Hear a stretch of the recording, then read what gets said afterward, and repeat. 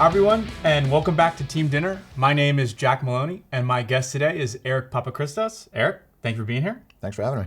Eric is the co-founder, CEO of A Street Hospitality. Yep. And we have much to cover today, a wealth of knowledge on hospitality, Boston, Massachusetts, and beyond. And we are, of course, eating Saloniki Greek. What else would we be eating for lunch? For lunch today.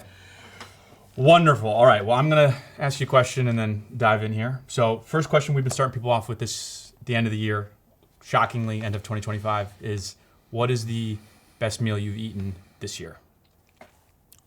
I've eaten a lot of meals. As a reference, I do eat out 3 times a day, 7 days a week. Wow. There's no food in my house. Wow. So there's a plethora of sort of memories for 2025. But I think what really stood out for me was a remote island in Greece that I was there this summer visiting friends. It's not heavily touristed island, but there's this one particular chef who's very well known in Athens, and he either summers there at this particular island called Limnos. He either summers there in the summer or he's from there. I'm not quite sure, but his food was unbelievable, simple but unbelievable. And it was literally just a roasted lamb with potatoes. Yeah. But everything that was at the table was like so delicious. You could tell that he had an amazing technique, but it was the simplicity of the food that made it unbelievable. And obviously it was the summer, a beautiful summer night with friends, and so it was great. The setting was perfect too. Perfect, yeah. I'll say, as we were eating Greek food and going to talk a lot about Greek food, that Greek food for me is, I've spent a lot of time thinking about this. Greek food would be, if I had to pick one cuisine for the rest of my life, it would be Greek food. And it's not particularly close. That's how I eat it, probably, I don't know, more than I could count. I like cheap Greek food. I like nice Greek food. I like everything in between. I think it's just not a lot of ingredients you need, and you just do it really well, and it's fresh. So you've sold me on that vision of a simple, well-done Greek meal on an island. I appreciate it. Thank you. I mean, we really do think very hard on what we need to deliver to the guest and what is that guest looking for. And specifically for us, when we talk about Saloniki, and we just had a partner meeting earlier this morning, it's not about sort of the technique and what flavors need to go in there. What we really want to create in our guest's mind is, I want Greek food. Like, that is the number one thing. And so when someone says, I want Greek food, we want them to think about us. Yeah. Yeah. Oh, I think you're doing a good job. Thank you. I've eaten my fair share of Saloniki, so. Awesome. Awesome. Wonderful. All right. So now I'd like to jump back, if we can, and talk about, in learning about you, ahead of this interview, and of course, having followed your company and over the last however many years, I'd love to sort of start at the beginning or near the beginning, right? Which is, my understanding is in Weymouth, working at your dad's restaurant, and I'd love to just maybe touch on that briefly, and because I think that's going to have a big impact on a lot of things, right? So, what was that like growing up with a dad who was in the industry, with a family in the industry, and what were some of those memories that kind of still stick with you today? Yeah, so it does actually start at my dad's restaurant called Niko's. We came to the States in 1986, and my dad was sort of very kind of a quintessential Greek American. A lot of Italian Americans that came here, they sort of started in the diner business or in the food business. My dad still to this day, he's 70-something years old, still does not cook, doesn't know how to cook. But that generation back then, it was all about survival. So my dad had to learn how to. It was a diner, so it was about scrambling eggs and making pancakes and French toast and sort of the very simple everyday foods. And I started off in the dish pit washing dishes, and all my friends were playing soccer on the weekends and doing their stuff. And of course, I would go to my games and play soccer, but then I'd had to go straight back to my dad's diner and work. So that work ethic really started at a very young age for my brother and I. But I think what was the most impactful for me was really watching my dad's mannerisms and behavior when he was interacting with guests. Because it's as pure of a relationship as it gets in the business. Like, no restaurant has margins that anyone is envious of in the business world, right? Like very seldomly will you go to any sort of grad program in a university and they're going to have, how to open up a restaurant. Like nobody wants to touch it. Private equity and tech, tons of, resources there. So understanding that relationship of like my dad was really acutely listening to the guests. Like, what does the guest want? Is it more salt? Does it want more pancakes? Whatever it is. And that was really the fundamental for me in business and in hospitality. But I only ended up working for my dad for, I think, around 6 or 7 years, because I didn't move out of my house. I went to college, so ended up going to Suffolk in my undergrad. And I was really young as a freshman at Suffolk. I was 17 years old, so I moved into the city, lived in a dorm for the first year. And so I couldn't work at my dad's because my dad was down in Weymouth and it was just too long of a commute and I was living in the city. So I needed a job to pay my way through school, and so I bartended at nights. And so that kind of continued my, my practice in hospitality. Yeah. Do you think, I love that the cues that sort of you can't, I guess my question is, with something like that with your dad with hospitality, can that be taught? Can you teach someone that level of hospitality, or is that an innate thing that's inside certain people and not in others? Danny Myers talks about this specifically in his book, but he's such the godfather of hospitality. We really do idolize him in a lot of different ways. But he talks about that 51% and that EQ, that emotional intelligence. It's really hard to teach someone that. It's they're either born with it or they're raised with it in their household, with their family. And for us, and in my hospitality group, that is the number one thing that we really look for. Is sure, the technical skills, we can always teach you how to cut a tomato and how to work the reservation system, but how well can you interact with a guest and understand them and even So I think this is fascinating. So if you are walking into a restaurant for the first time, as someone who has a master's degree or a doctorate in this, right? If you're walking into a restaurant for the first time, what are some of the first things you notice? What sort of cues that indicate to you like, oh, this place is on it, like this is gonna be a good experience? For me, and what I talk to my staff about is the front door handle. When you grab that front door handle, like what's happening in that moment? Is the door handle clean? Is it securely in place? Is the door sealed, particularly up here in Boston? Is it sealed well for the cold temperature or the hot temperature? Those are like the little details. And then like you open up the door and everything visual. So, where is a guest's eye going to go to? So for me, it's kind of like always in the corners. Like, are they sweeping the corner? Are they looking at the details? And I think, anecdotally, we hear a lot about if the restrooms are not clean, then that means, X, Y, and Z. It's a little bit of that, So if you're paying attention to the corners in the detail work, that for me will show that if they're paying attention to this stuff, they're definitely going to be paying attention to the hospitality and to the food. Yeah. Oh, I love that. That's a great answer. Now I'm going to start. I get into places under every corner. But no, I love that answer. All right, cool. So then let's maybe jump back. Sorry, you say a thing and my wheels start turning. Let's then jump back. So you're in college, you're in the hospitality space, and then you went in a different direction at first, right? You sort of left hospitality entirely. How long were you out of it? And then I'd love to just know what was the thing that pulled you back. Yeah. So I actually never left. Oh, okay. I always stayed. So again, all through school, I bartended my way through undergrad. And then I graduated college young. I said, okay, let me go do my MBA. So I did my MBA all at the same time while I bartended at nights. I couldn't let it go. I had built some incredible relationships with people that I'm still best friends with to this day, actually, which is really wonderful. And so I got my first corporate finance job. I was over at Harvard University for a number of years.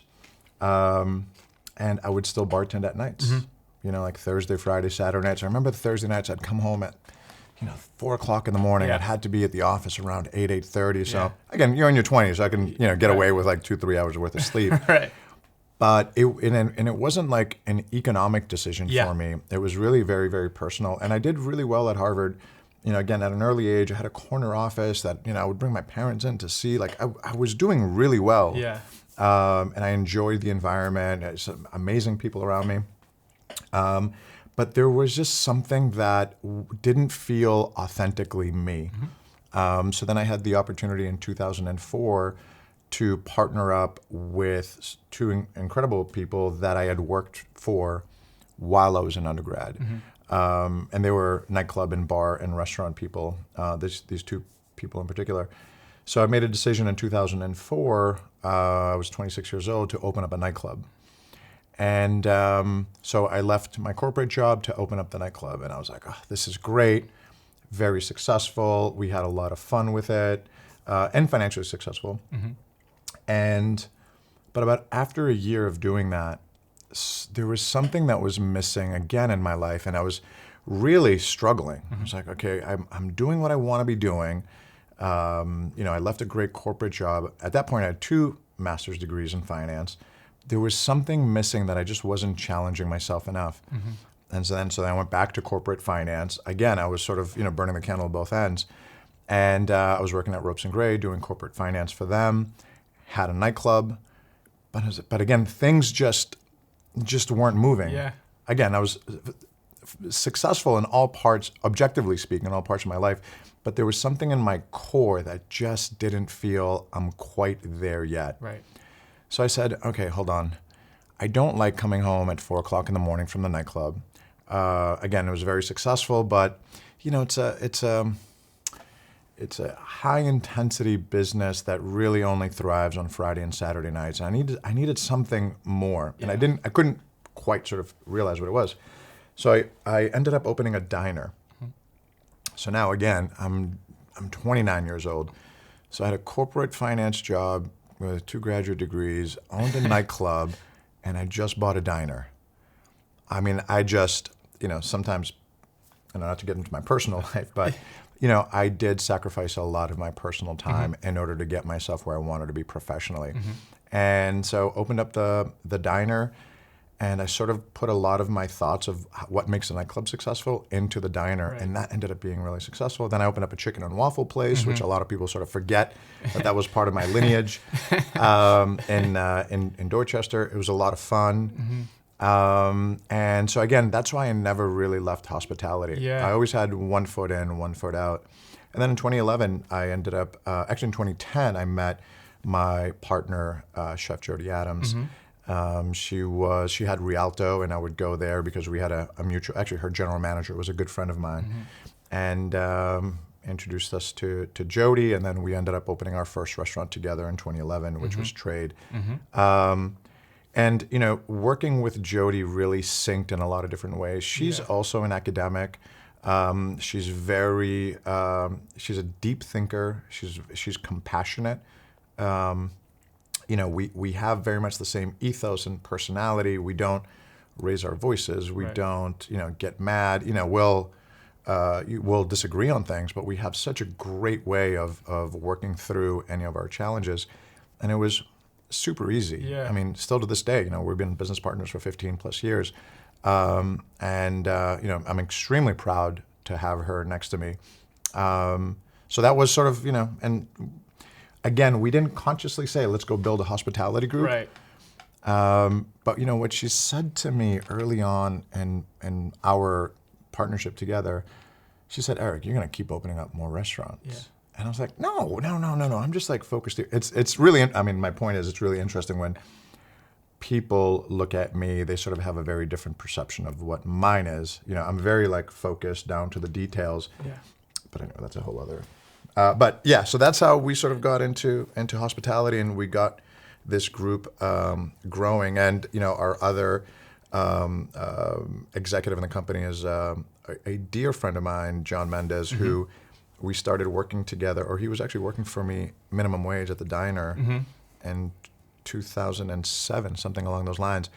And he had very much the same ethos and passion that Jody and I did. Yep. And so he's lockstep next to us, and building a really incredible company right now. Yeah. Let's start with, I guess, maybe the New York Times, because that was first.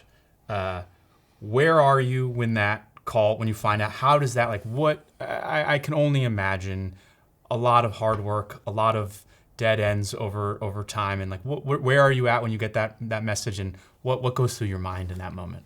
Great story. I'm actually so happy you brought this up, because again, it is actually very indicative of my partnership, my hospitality group, all of the staff around me that do all of this. Right. I am just one small piece. So it was a Tuesday morning, which is when we have our partner meetings, and we sort of bump around to different restaurants, and we'll pick one. And this particular day, coincidentally enough, it was a Tuesday morning, and we were in one of the private dining rooms, because we don't have an office. So our office is whatever dining room is open for us. Of course. And so we just had a partner meeting, and we had gotten the email from our publicist, congratulations, great. And then our chef walks in almost immediately, and our general manager walks in right after that to congratulate us. I was like, yep, thank you. Just like closed the door, and we went back to our meeting. Yeah. And so it's amazing. I mean, we're so fortunate. Definitely for me in my career, it's the largest accolade that we've gotten. But it's heads down. We have another 600 guests at that restaurant tonight that are coming in. They don't care. I mean, they do care. Yeah. But if their food isn't right and their hospitality isn't right. And so at restaurants, every morning we have to reset. Yeah. Every morning. So if you came in for dinner last night, great, thank you. But tomorrow, you're not going to come back tomorrow. Right. Someone else has to come in, and they need that same experience. Yeah. And so every morning it's a constant reset. So for us, I'm not at a point in my career where I can kind of sit back and say, wow, that's really great. Yeah. I hope to at some point in my retirement where, my contemporaries say that I'll never retire. And I think there might be some truth into that. But, to your point, we didn't really sort of give ourselves a high five or a pat in the back even. We just said, okay, great. How many covers tonight? Right. What are the VIPs? What's happening? How did the prep team do this morning? Boom, boom, boom, boom, boom, boom. Is that the same with Michelin? Same concept generally? Pretty much. So we had about a month's advance notice on Michelin. We didn't know what they were inviting us to. Right. And we're like, okay, we're going to go. Yeah. We didn't, nobody knew. Yeah. And there was very tight-lipped in the industry on who was going down. And, there's a lot of phone calls to other owners. Hey, did you get it? Did you get it? What are we going to expect? But it was a great group of people. So when we actually got to Philadelphia, we saw all the other Boston people. Yeah. And again, they're all our contemporaries, and they're just the coolest, hardest working people. Yeah. And again, that to me is you see them, and again, you see the chefs with the burn marks on their arms, and it's a tough industry, but we absolutely love it. And so we win, we get recognized, we get up on stage, amazing. We were so exhausted because we were all flying back at 6 o'clock in the morning. So, John and Jody and myself, the event finished around 10 o'clock. We were looking for a dive bar to just get a cheeseburger. And we went to the diviest place in Philly, and we just ate a cheeseburger. And again, sort of the irony or the visual of that was, because we were just exhausted. Yeah. It's great, it's unbelievable. The first year, and certainly, we're a really large restaurant group, so we were a little bit surprised, happily surprised that we got it and that we were recognized. But again, there's just so much hard work, and for us, it's just about, okay, tomorrow's a brand new day. Yeah. Let's have our cheeseburger and our glass of wine. Right. But that is really who we are. Right. And I think that's a lot of restaurateurs. Right, because I imagine in some ways, right, like La Padrona or any other restaurant that you go on or you've been anything, it's special because of Jody and John, right? And that is a huge part of it, right? That so when you go out afterwards, it's just that's who you want to hang out with, and it doesn't matter really where. It's because that's what matters. Correct. It's those people, the people you do it with, right? Yeah, exactly.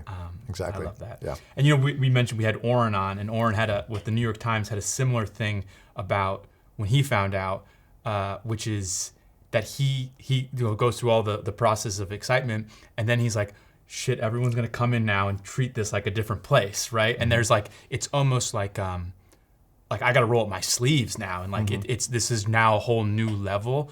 which I thought was great. I thought it was a kind of a motivating way that he looked at it. Yeah.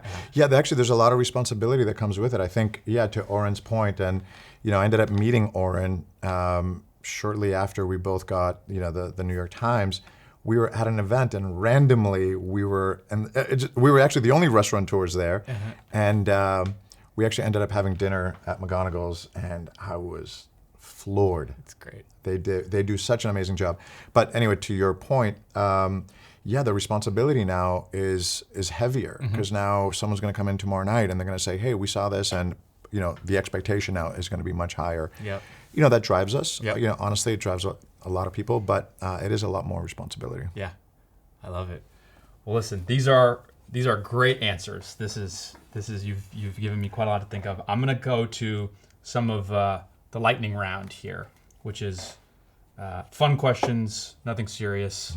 There are no wrong answers. First one I actually thought of on the way here today, which is you have across your portfolio of restaurants.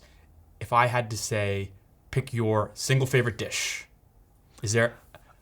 Now I'm not gonna make you pick your favorite place. That'd be like picking a favorite child. Yes. But I will say, do you have a single favorite dish, or maybe one that you are most in love with today? How much time do we have? You have as much time as you want.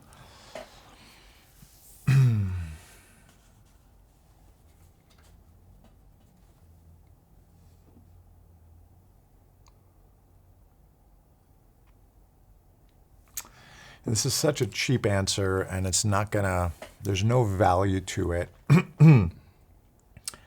Because if I say one, then my GM and chef at the other place are going to say, "Hey, why didn't you?" So usually the question that I have that I get asked is, "What's your favorite place of yours?" Yeah. Sometimes, actually, a lot of times they'll ask you, "What's your favorite restaurant in the world? What's your favorite restaurant in Boston? What's your favorite restaurant of yours?" Every situation is so very different.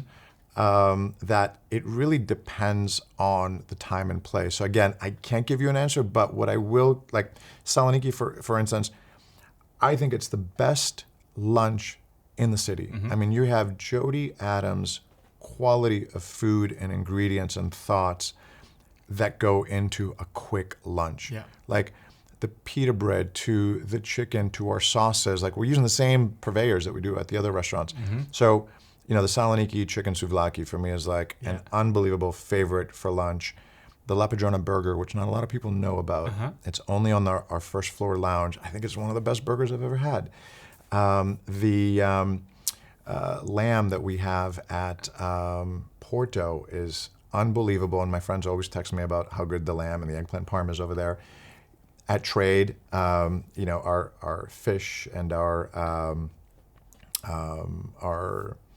filo feta is, again, unbelievable. But so it really depends. And the Venetian for me is like my fat kid food. I mean, I hate to sort of say that, but the food down there is like when you need comfort, you just go to the Venetian and like anything off the menu is going to be amazing. So I think, again, sorry, it's a sort of a cheap answer, but favorite meal or favorite food item, it really depends on the moment that I'm in. It's like, is it lunch? Is it breakfast? If I asked you what person, partner, mentor, anybody within the Boston hospitality, what person has made the single greatest impact on you? Do you have an answer for that? I have a couple. Is it sort of... that's allowed. Present company excluded? Like meaning... About my current partnership as well? They're allowed. Anybody. Yeah. Certainly, obviously, my partner, Jody, she has a couple of more years under her belt than I do. But again, she comes to this industry with this big open heart. Sometimes I find myself leading business meetings all day, all the time, whether it's, sort of new developers and bankers and attorneys and accountants and financiers, whatever it is. And I'll have those meetings. And again, I'm very analytical when it comes to that side. And when it comes down to, Jody needing to be there, since she's my partner, she'll say something, right? It's a round table of just, we're all really deep into whatever analysis we're on, looking at a new location, negotiating a lease, and doing our accounting. Jody says something human, stops everyone on their tracks, and everyone is just boom, like honed in on like what word is going to come out of her mouth. And so there's this humanity that she has that, again, I'm with her almost every day, and we eat together multiple times a day. And I still haven't been able to figure out how is she so powerful with her words. Yeah. And it's her humanity, it's her heart. Yeah. She's got an incredible family. They're all just like the nicest, kindest people. So she certainly has been someone who really anchors a lot of the soft skills that I need to have in my business. But yeah, there are certainly lots of other influential restaurateurs that certainly as I was growing up, I would always have meetings with them. I would sort of search for them and, I just ask for their advice. Yeah. More recently, I know this is going to be me humble bragging. I won't. No. That's okay. But there was one manager when I was a bartender in my late teens, early 20s. I was like, I think in 98, 99, I got voted like best bartender. And then I went out to LA for a year, came back. And then 2001, I got voted again best bartender. Like 3 years. And again, sort of like, I knew I was this like, hardworking, put my head down, I'm going to like crank out. And so what would happen was I would get really sort of cocky. Yeah. And I thought I knew it all.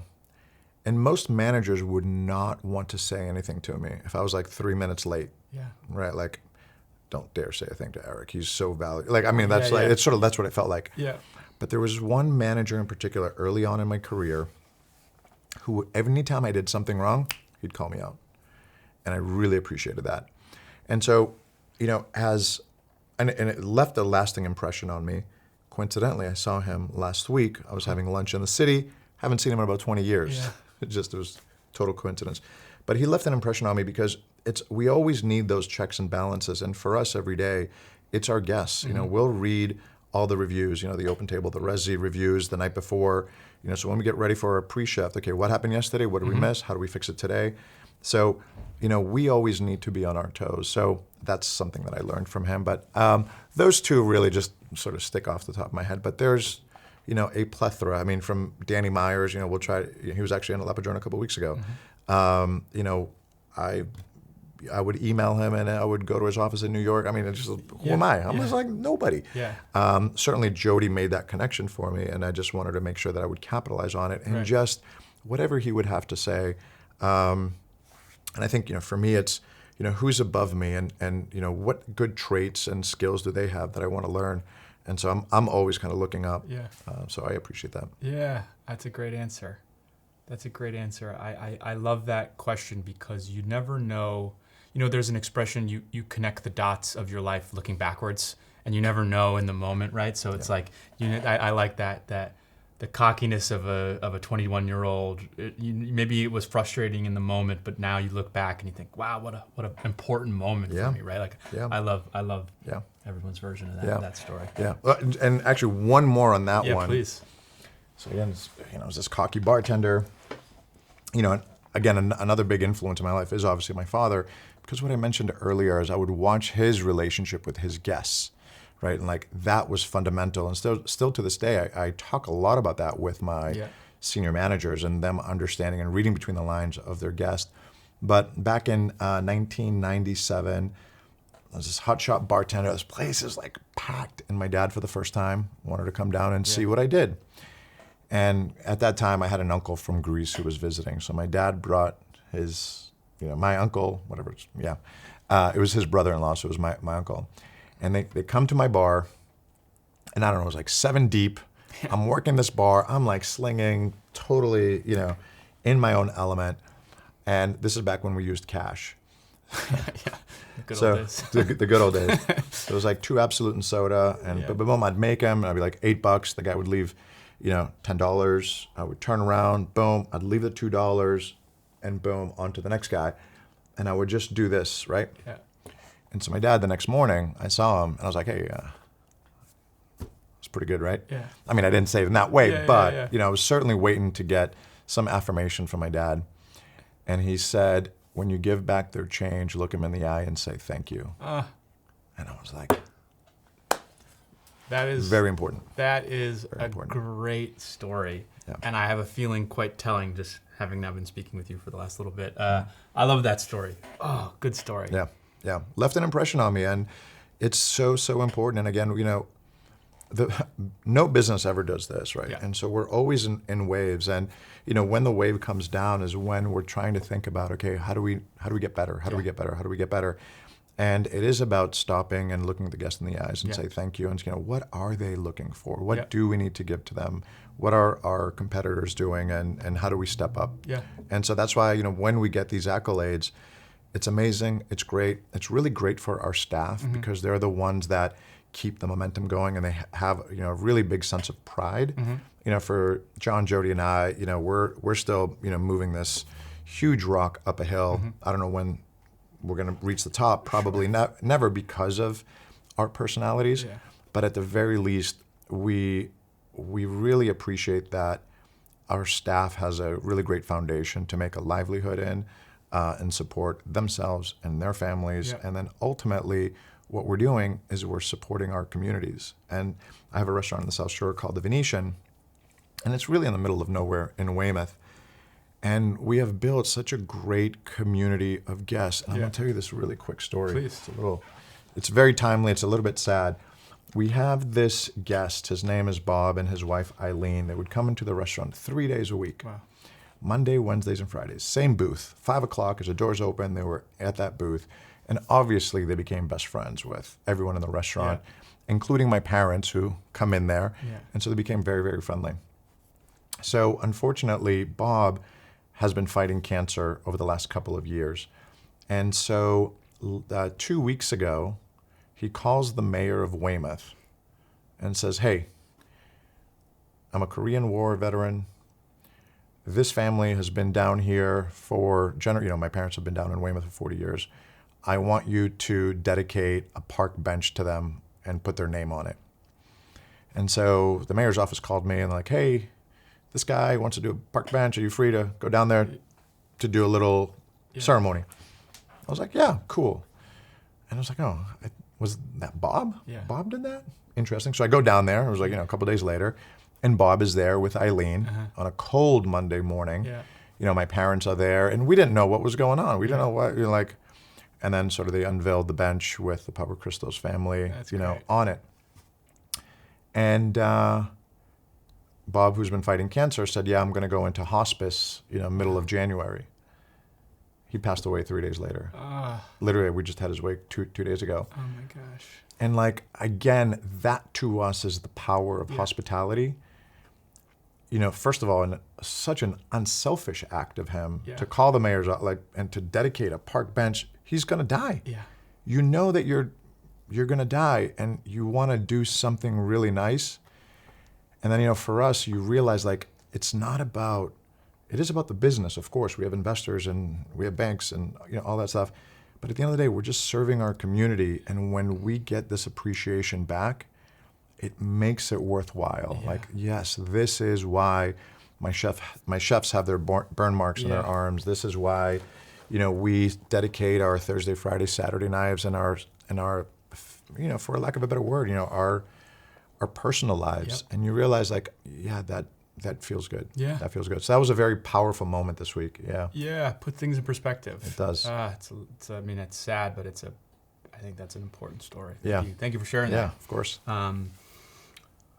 That is great. I'd love to end on just a couple of these silly ones that we have here, which is we were just talking South Shore. I get a lot of flack. I had a run of people, like 3 guests in a row that were all very North Shore. I didn't know 2 of them were so North Shore. So I get a lot of flack from the South Shore. So I have to ask you, maybe the Venetian excluded, do you have a favorite restaurant on the South Shore? again, I feel like this is such an easy layup for me, but I am really wholeheartedly so honest. Going to McGonagall's Yeah. with Jody and John, I was like, okay, an Irish pub, this is great. We walk in there. First of all, the place is gorgeous. Yeah. It's really well done. And, Oren was there and his chef, Falden, came over. Just the sweetest guys in the world. And the food, like, it takes a lot for me to say, I want to go back. Yeah. I can judge a place, in my head. This is good food. This is okay, blah, blah, blah. But very seldomly will I say, I can't wait to come back. Yeah. And that's exactly what's in my head with McGonagall's. I know it's sort of an easy answer because they've gotten so many accolades recently, but the hard work that they put in, man, you see it in their food. We allow that answer. Yeah, it was really good. We are always shouting out McGonagall's when we can. Yeah. Cool. All right. Similar theme, which is, this is a hypothetical. You've got friends and family visiting. Mm-hmm. You're taking them out to dinner at a place you're not affiliated with. Mm-hmm. One night only in town. Where are you taking them? Again, depends on the situation, but this is what I did recently with a good friend of mine. Mm-hmm. He lives in the Burbs, and Nautilus Pier 4, the duck with the bao buns, is like such my God, it feels so good, so well done. And then we'll walk down to the North End. So this has to be on a Sunday. It's on a Sunday. Allowed. Yeah. Like 5 o'clock on a Sunday. It's still warm out, the sun, it's bright. There's nice energy. It's not crazy in the city, but it's nice energy. So 5 o'clock dinner at Nautilus Pier 4, duck with the bao buns. Walk over the bridge, take a right down Atlantic, go down to Hanover Street, and you got to go to Modern. Mm-hmm. You have to get the lobster tail. Mm-hmm. So the little trick with Modern is, and sometimes when I bring my friends, they're really baffled at this. So Modern, like Mike's and a lot of other pastry places, they have these long lines. But Modern has a eat-in section, and there's never a line. Yeah. And so you could see a line down the street, but if you want a lobster tail and you want to sit there and eat it, you just walk right in, boom. And that to me is such an iconic Sunday for me in the city. Love that. Perfect. Yeah. Perfect answer. Yeah. So then we're going to take that one and we're going to say, you are in Boston. This might be the same answer, to be honest, but you are in Boston. The world is ending tomorrow. You have one final meal tonight. What are you going to eat?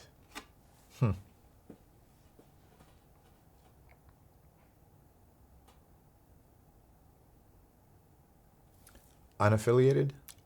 Yes. It can be affiliated. It can be affiliated. No, let's do unaffiliated because, again, I'm going to be biased there. I'm going to go to Grill 23. Yeah. I'm going to get a nice filet, some tater tots, the coconut cake. F it. Yeah. We're going to die anyway, so enjoy it. It's a beautiful dining room. I think they do a really great job. Particularly, the volume that they do there is ginormous. I love it because it's a very nondescript location, and they're able to drive so many people there. And I've always had a great meal, great hospitality. So for me, it's going to be a Grill 23 for my last meal. That is a great answer. And then this final question is similar. You're seeing a theme here, right? But this last one. This is we are allowing affiliated restaurants, which is you mentioned before that you're eating out 3 meals a day. You're always kind of out trying new things or eating at your own places. If you could craft what you would consider a perfect day of eating, so your perfect lunch or your perfect breakfast, your perfect lunch, your perfect dinner, what's that day looking like for you? So we don't do breakfast at any of my places, so this is going to be completely objective. I think Grana at the Langham Hotel does a really good breakfast. It's close by. It's a beautiful dining room, and it's a little bit quiet. So I appreciate that.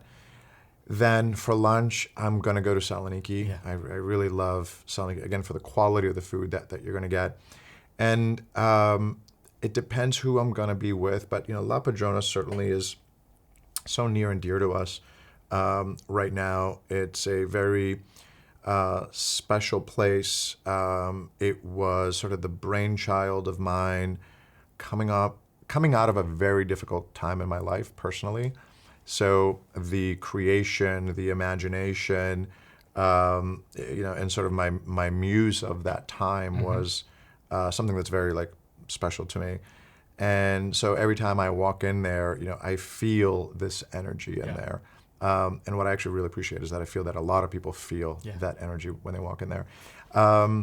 And our cacio e pepe focaccia has been, a top seller. I'm a carb guy through and through, and a sugar guy. Anyone who knows me knows that really well. And then our tagliatelle has been just so iconic. And what I love about that dish particularly, sorry, it's a long-winded answer. This is a great answer. What I love about that dish was it started when Jody and John and I took our chefs to Italy for 10, 11 days before we opened. And so Jody knows these two locals in Italy that do food tours. Actually, they're tour guides, I should say. They do bike tours and such.